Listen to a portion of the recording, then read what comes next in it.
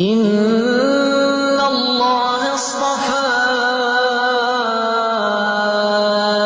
آدَمَ وَنُوحًا وَآلَ إِبْرَاهِيمَ وَآلَ عِمْرَانَ عَلَى الْعَالَمِينَ ذُرِّيَّةً بَعْضُهَا مِن بَعْضٍ وَاللَّهُ سَمِيعٌ عَلِيمٌ إِذْ قَالَتِ امْرَأَتُ عِمْرَانَ رَبِّ إِنِّي نَذَرْتُ لَكَ مَا فِي بَطْنِي مُحَرَّرًا فَتَقَبَّلْ مِنِّي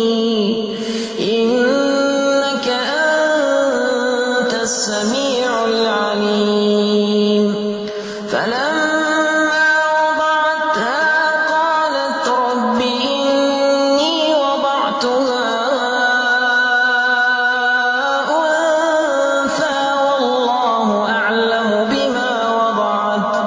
وليس الذكر كالأنثى وإني سميتها مريم وإني أعيذها بك وذريتها من الشيطان الرجيم فتقبلها ربها بقبول حسن وأنبتها نباتا حسنا وكفلها زكريا كلما دخل عليها زكرياء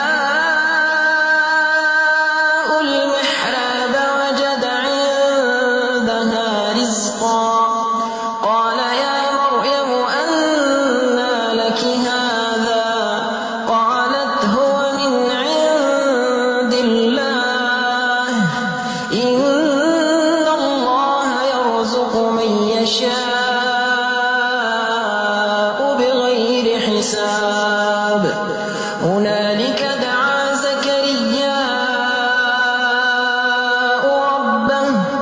قال رب هب لي من لدنك ذرية طيبة إنك سميع الدعاء